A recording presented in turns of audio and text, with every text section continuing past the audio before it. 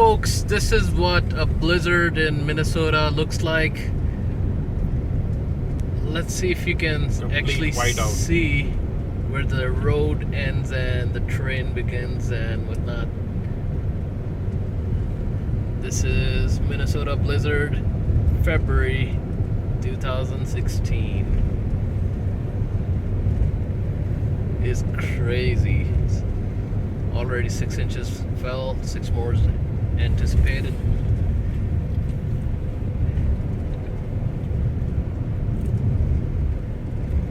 Yeesh.